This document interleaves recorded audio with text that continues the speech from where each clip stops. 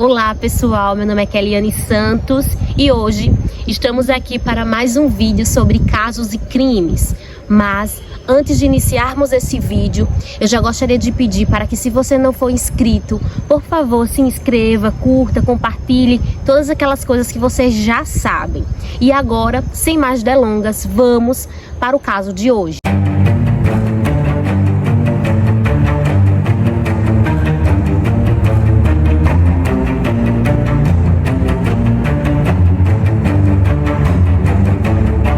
As gêmeas Samantha e Tessara Crisp nasceu da união dos pais David e Kimber Crisp no dia 17 de outubro de 2000 em Califórnia, na cidade de Sacramento. Antes de David ter tido as suas filhas, as gêmeas, Tessara e Samantha, ele já tinha sido casado com uma outra pessoa anteriormente. E o casamento, infelizmente, terminou de uma forma muito trágica, pois a sua ex-esposa, ela foi diagnosticada com câncer e pouco tempo depois ela veio a falecer. Ele, depois de algum tempo, ficou ainda um tempo solteiro, depois ele conheceu uma outra pessoa chamada Queen. E essa Queen acabou se apaixonando por ele rapidamente. E pouco tempo depois eles se casaram em 1994. E daí veio as filhas gêmeas dele, Samantha e Tessara. Antes do nascimento da Samantha e da Tessara, da Sam e da Tessa, como elas eram carinhosamente chamadas, eles também tiveram outro filho chamado Jonah. As gêmeas eram crianças comuns, como qualquer outra. Gostavam muito de brincar, eram carinhosas demais, a cor preferida delas era o rosa. E ao total eles tiveram 5 filhos. Eles moravam na Carolina do Norte, em um condomínio de alto padrão. O David, ele trabalhava em um banco local da sua cidade. E nesse banco ele acabava lidando com muitas coisas, muitas situações difíceis, complicadas, clientes chatos. E ele tinha que sempre ter uma solução para todos os problemas que aconteciam lá. Tinha dias que ele chegava em casa muito estressado com toda a situação que ele presenciava dentro do seu trabalho. Já a Queen, a sua esposa, ela ficava em casa e cuidava dos filhos. Eles moravam em um bairro muito tranquilo, viviam bem financeiramente e tinham 5 filhos, dos quais eles se orgulhavam muito. Só que infelizmente nem tudo são flores. E o David sofria muito, há alguns anos, com depressão e ansiedade. Quando ele apresentou os primeiros sintomas dessa doença, ele tinha mais ou menos uns 20 e poucos anos de idade. Mas ele procurou médicos, procurou pessoas que pudessem ajudar ele a se livrar, ou amenizar a situação na qual ele vivia por conta dessa doença. Então ele foi para vários psiquiátricas, foram para vários médicos e eles receitaram os remédios para que ele pudesse tomar e ir aliviando esses sintomas. Nisso ele testou diversas combinações de remédios diferentes, que vários médicos passaram para ele. E a sua esposa Queen diversas vezes percebeu que ele tinha uma vontade muito grande de se suicidar. Tinha dias que ele estava super bem e tinha outros dias que parecia que ele tinha umas crises eufóricas muito fortes. Mas Queen, como sua esposa, ela nunca abandonou ele e fez de tudo para que ele ficasse bem. E fez também com que ele a prometesse que jamais iria se suicidar. Mesmo diante dessa promessa, que ele fez para ela, ele tinha outros pensamentos muito sombrios, que seria de machucar pessoas da família, machucar pessoas da rua. Ele queria ferir, ele queria matar pessoas. Vinha esses transtornos na cabeça dele de vez em quando. Só que esse fato ele nunca teve coragem de contar para ninguém, nem para sua esposa, nem para os médicos, nem para os psicólogos que ele estava fazendo tratamento. Ele não chegou a falar com ninguém sobre esses pensamentos que ele tinha. E chegou o fatídico dia de 20 de janeiro de 2006. David, ele estava, na verdade, passando a semana em casa. Ele não tinha ido trabalhar. Ele estava ultimamente muito estressado com o trabalho e pediu uma semana de folga para poder ficar em casa, com a sua família e com os seus filhos. E durante essa semana, ele estava tendo, né? E os dias que antecederam essa semana, ele estava tendo muitos episódios de transtornos muito grandes, né? Durante o seu dia a dia no trabalho, em casa. Por isso que ele também pediu para ficar um tempo, né, recolhido. Nisso, ele foi a outros médicos, né, a vários lugares, para tentar fazer com que ele pudesse tomar uma medicação que fosse mais eficaz naquilo que ele estava sentindo. Aí os médicos passaram novas medicações diferentes para ele como teste, para ver se ia, né, funcionar ou não para a situação na qual ele estava. Nesse dia, a Queen, ela precisou ir no salão de beleza, né? Ajeitar os cabelos, se arrumar e tal, que ela nunca mais tinha saído.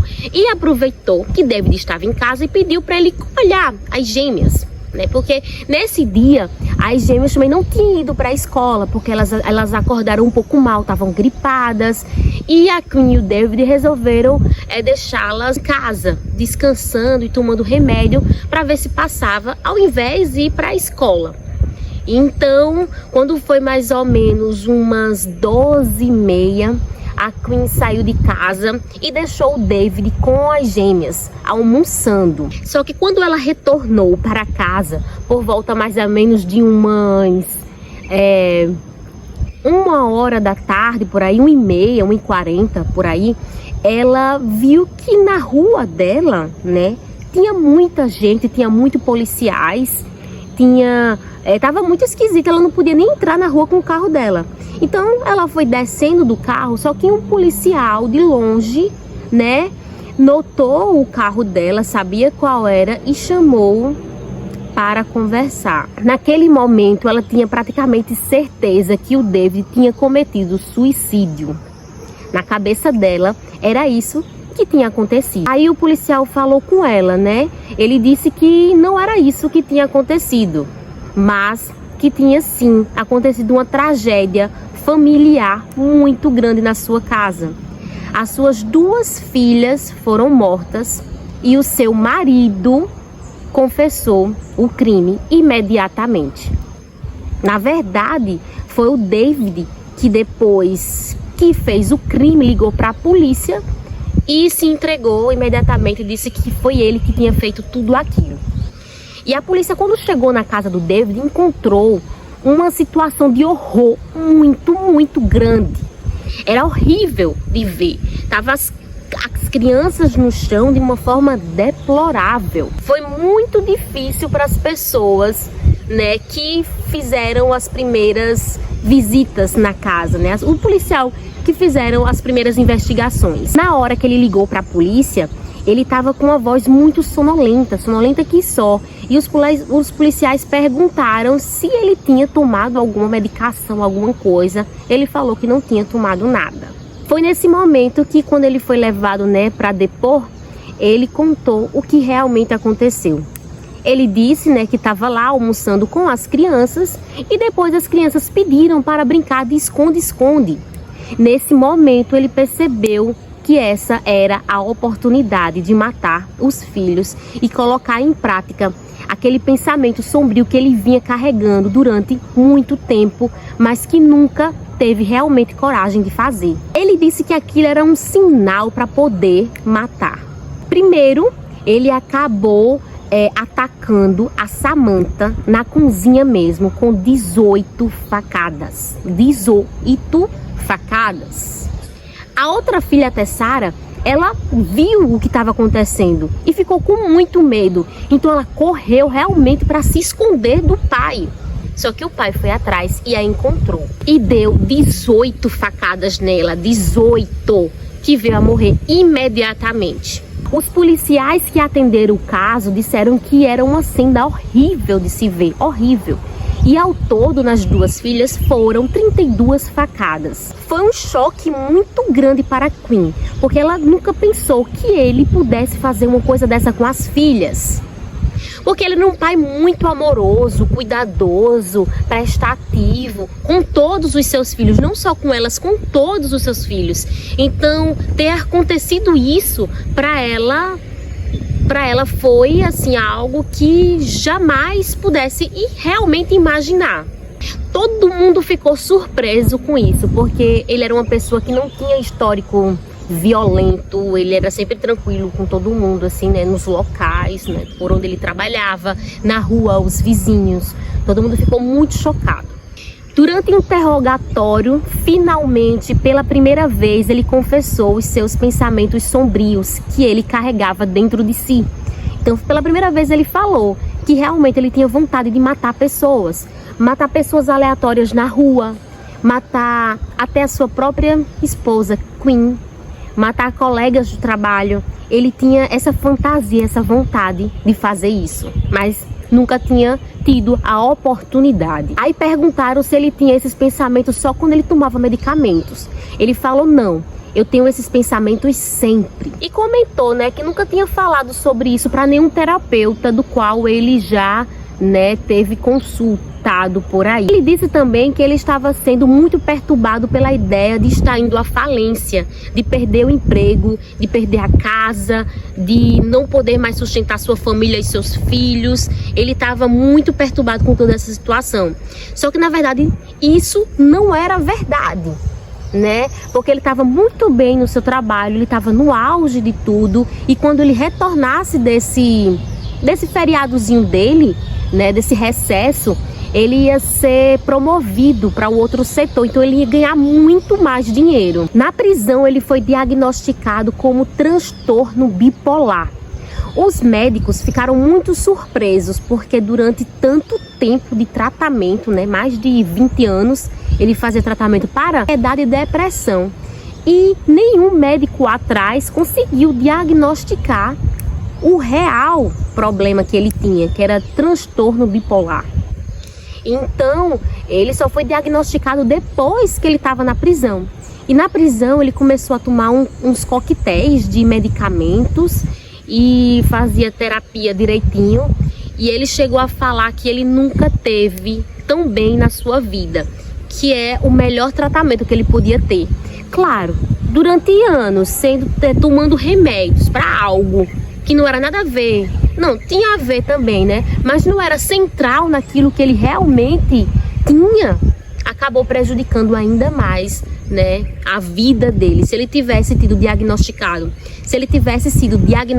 certinho desde o início, talvez nada disso teria acontecido. O David, ele foi considerado culpado, né, direto. Ele chegou e disse: não, foi eu que fiz, eu sou culpado. Ele se declarou culpado para evitar que a família pudesse ter que rever tudo aquilo que aconteceu, né, de ver fotos das crianças, do jeito que ficaram. Ele queria poupar a família de todo esse sofrimento.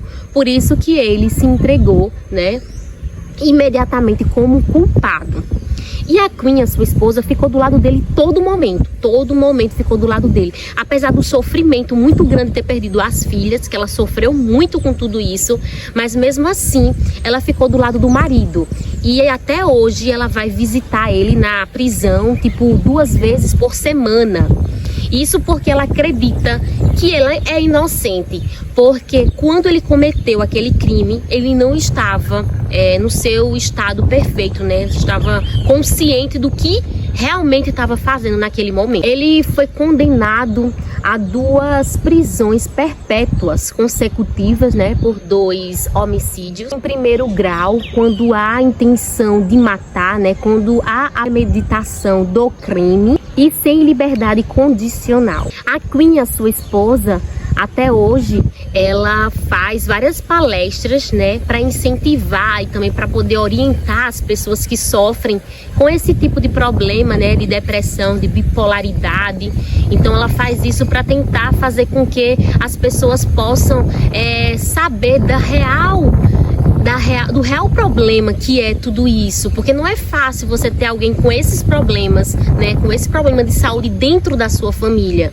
Não é fácil você conviver dentro de casa com o irmão, ou com o pai, ou com o tio que tem problema de depressão e de ansiedade.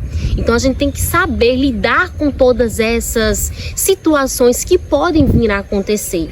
Então, ela faz palestras, ela trabalha muito com relação a isso para orientar as pessoas no que deve fazer, né? E as pessoas poderem se conscientizar que é real, que existe e que precisa realmente ser tratado. Bom, pessoal, esse foi o caso de hoje. Muito obrigada por você ter chegado até aqui. Não se esqueça de se inscrever, minha gente. Por favor, se inscreva aqui no meu canal. Por favor. Estamos rumo a apenas 1000 inscritos.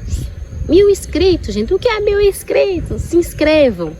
Até uma próxima e tchau, tchau.